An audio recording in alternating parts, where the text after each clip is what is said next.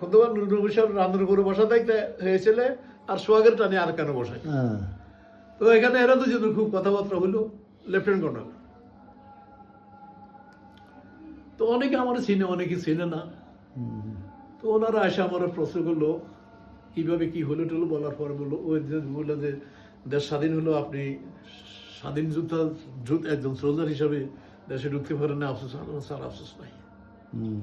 তো যুদ্ধ আহত হলেন যে আপনার এখন কি আলোচনা, আমি খুব গর্বিত। আমার জেনারেল উসমানী বলছে তোমার জার্মানে পাঠাই দিই, এখানে একটা প্রোটেক্টর লাগিয়ে দিবে। আমি বলছি না স্যার, আমার প্রোটেক্টরের দরকার নাই, যেমনে আসি আমি এমনি থাকি, এই স্থিতি নিয়েই বাঁচতে চাই। তারপরে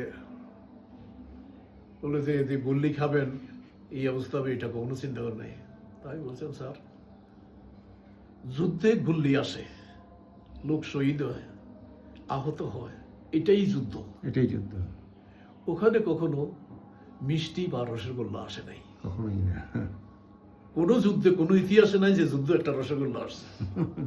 সব তাজ্জব হয়ে গেছে। এখন ওই ব্রিগেড কমান্ডার সাহেব যেন আরো আমারে মানে এর ভেটের ভিতরে বইরা লাগলো। পরে এগুলা ওদের মানে অনেকে অনেক প্রশ্ন তো আর শেষ নাই, এত লোক। আমি আর সোহাগ ছাড়া তার কেউ নাই।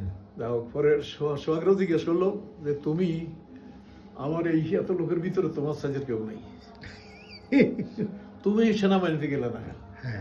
তো বললো স্যার আমি দুর্ভাগ্য, আমার বড় ভাই কালার ব্লাইন্ড 41 লং করতে গেছিল, ওর সাথে গুলো এখন সব ব্রিগেডিয়ার ফুল করলাম। কিন্তু আমিও ওই কালার ব্লাইন্ড, এই সব চলে গেছে। আমার নিয়ে আলাদা রুমে ঢুকলো, ঢুকে এগুলো জিজ্ঞেস করলো তো মনির কিভাবে শহীদ হলো আর কারা কিভাবে হলো, আমি সব বললাম। আমাদের নোয়াখালীর একটা লোক ছিল হাবিলদার নূর মোহাম্মদ, নূর রহমান আরবি আল্লাহ ছিল। ওই যুদ্ধের সময় সে আর 4 জনে 11 জন ধরে লইয়েছে ইন্ডিয়ান আর্মির। যুদ্ধের সময় এটা নোম্যান ল্যান্ড, এখানে ওদেরও কেউ থাকে না, আমাদের কেউ থাকে না। এই নোম্যান ল্যান্ডের উপরে কেউ এসে কোনো দখল করলো কিনা, এটার জন্য 2টা পেট্রোলিং যায়।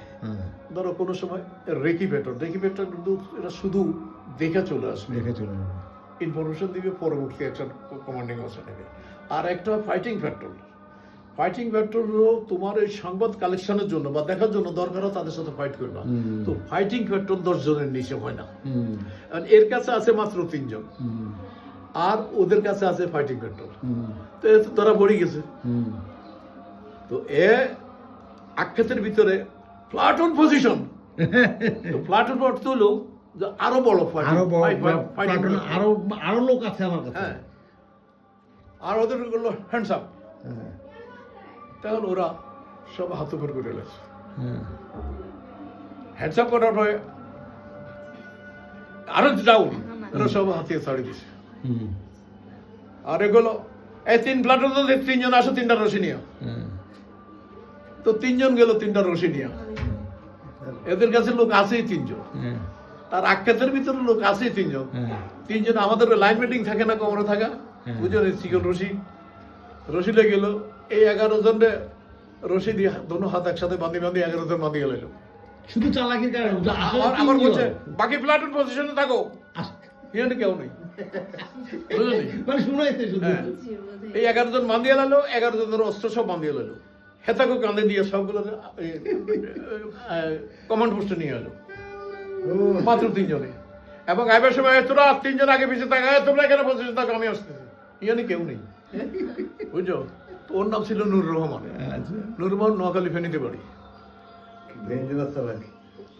এইটা আমার এগুলো শুনি এত হাইলি ফ্রিস্ট যে টিচার সাহেব জি এই প্রোগ্রামটা আমরা সবাই চারপাশে বুঝতে পারবো শেষ কথাটা আগে বললে ভালো হতো।